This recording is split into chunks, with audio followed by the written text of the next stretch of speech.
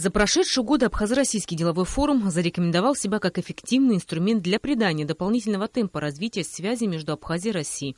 Нынешний форум – продолжение работы, которая дает хороший результат.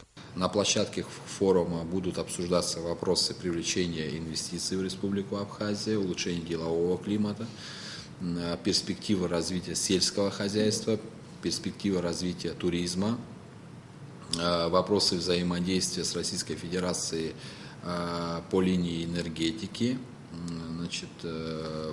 вопросы, связанные с сотрудничеством в сфере телекоммуникационных сообщений, заседание делового совета планируется. То есть это очень такая насыщенная, интересная будет программа. Более того, завтра планируется подписание ряда инвестиционных соглашений.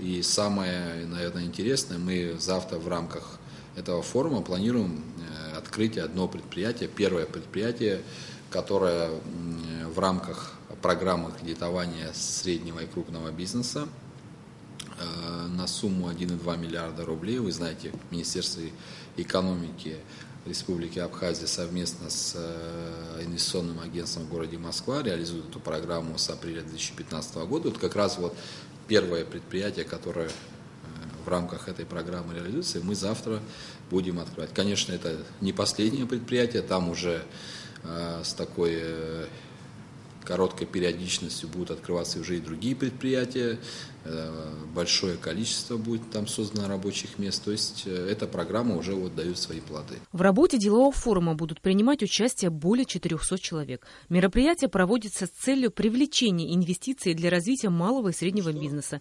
финансирования инвестиционных проектов в области строительства, промышленного производства, туризма, сельского хозяйства. Тематические круглые столы, которые планируется провести в рамках форума, предусматривают обсуждение двухстороннего сотрудничества между министерствами и ведомствами двух стран. В этом году программа наполнена уже таким реальным содержанием. Я уже говорил выше о том, что будут подписаны инвестиционные проекты. Это уже конкретные рабочие места, конкретные предприятия. Это то, о чем говорил и говорит наш президент, о создании и поддержке реального сектора экономики, о переходе во взаимоотношениях с Российской Федерацией на другие рельсы, на рельсы создания экономической базы в Республике Абхазия, которая позволяет строить самодостаточное государство, которое может само себя обеспечивать. Это, к сожалению, не достигается так быстро, как многим, конечно, хотелось бы, но